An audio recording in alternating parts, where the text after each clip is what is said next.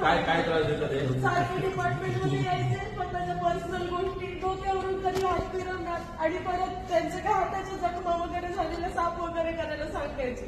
दूरदर्श आहे हे विनयभंगाची केस आहे. आपण तुला अरेस्ट करा घेऊन आम्ही त्याला मारणार.